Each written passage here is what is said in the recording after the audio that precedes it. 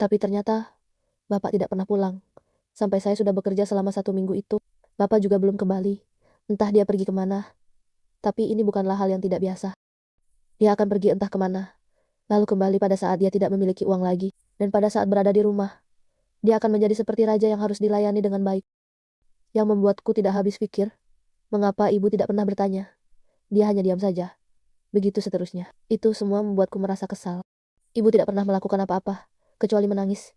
Meskipun dia tidak pernah diperlakukan dengan baik, dia tidak pernah tidak menerima suaminya itu.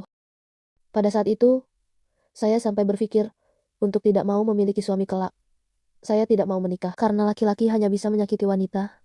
Saya sampai berpikir bahwa mungkin semua laki-laki seperti Bapak. Saat saya sedang bekerja pada hari itu, jam 11 pagi, tiba-tiba Bapak berdiri di dekatku. Aku merasa sangat terkejut. Aku sudah berpikir hal yang tidak baik. Apakah Bapak akan memukulku di depan orang banyak kali ini? Apakah Bapak akan menyeretku pulang sekarang juga? Aku terus berpikir sambil dengan tangan yang berkeringat. Mengapa aku begini? Karena aku pernah dipukul di depan umum, di depan banyak orang, bahkan di depan keluarga besar Bapak. Dia tidak segan-segan membuat pertunjukan dengan memukuli kami, anaknya. Dan apa yang terjadi? Semua keluarganya hanya diam saja. Bahkan ada beberapa dari mereka berkata, "Ya begitulah, jika kalian tidak mau melakukan hal yang diperintahkan." Dan syukurnya ternyata Bapak tidak melakukan apa-apa. Dia hanya berkata, "Bekerjalah dengan baik, jaga dirimu, jangan melakukan hal bodoh, jangan berbicara dengan laki-laki nakal." Itu membuatku sedikit terkejut.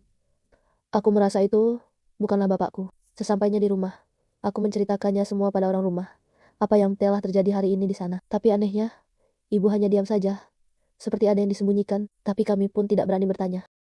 Setelah beberapa bulan saya bekerja, ada seorang janda yang tinggal di kontrakan sebelah rumah kami. Untuk yang tidak tahu, di Batam kala itu, banyak sekali orang yang tinggal bersama laki-laki dan perempuan, tanpa ada hubungan suami istri.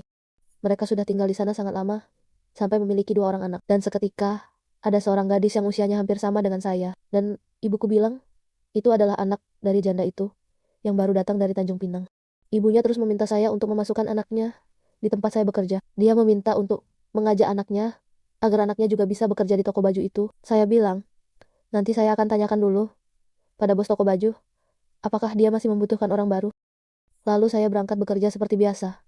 Berjalan kaki, dengan jarak yang lumayan jauh, saya berangkat 1 jam lebih awal. Karena saya tidak memiliki uang untuk naik angkot. Meskipun kala itu, ongkos dari rumah ke toko baju itu hanya Rp2.000. Saat saya sedang bekerja membersihkan kaca jendela, terlihat dari jauh saya melihat kakak saya yang nomor 2. Dia sedang berbicara dengan bos toko baju. Ternyata, dia sedang membantu gadis itu agar gadis itu bisa bekerja. Padahal, saya berencana untuk berbicara dengan bos pada saat makan siang.